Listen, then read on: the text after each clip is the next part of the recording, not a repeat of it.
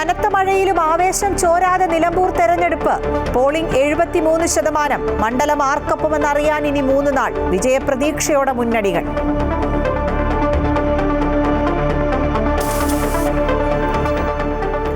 നിലമ്പൂർ പ്രചാരണത്തിന് ക്ഷണിച്ചില്ലെന്നും വോട്ടെടുപ്പ് ദിനത്തിൽ പാർട്ടിയെ പ്രതിരോധത്തിലാക്കാനില്ലെന്നും ശശി തരൂർ.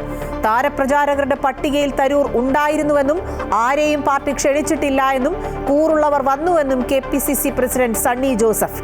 വോട്ടെടുപ്പ് ദിനത്തിലും CPM-നെതിരെ RSS ബന്ധം ആയുധമാക്കി കോൺഗ്രസ്.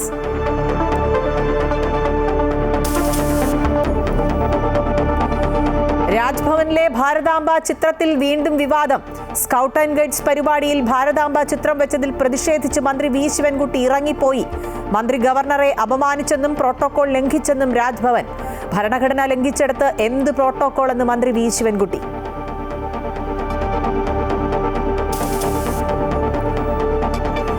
ഏഴാം ദിവസവും കനത്ത പോരാട്ടം തുടർന്ന് ഇസ്രയേലും ഇറാനും. ഇസ്രയേലിലെ സൊറോക്കോ ആശുപത്രിക്ക് നേരെ മിസൈൽ ആക്രമണം.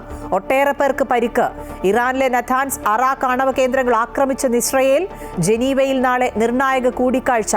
ഇസ്രയേലിൽ നിന്നും ഇന്ത്യക്കാരെ ഒഴിപ്പിക്കാൻ നീക്കം. എല്ലാവരും എംബസിയിൽ രജിസ്റ്റർ ചെയ്യണമെന്ന് വിദേശകാര്യ മന്ത്രാലയം.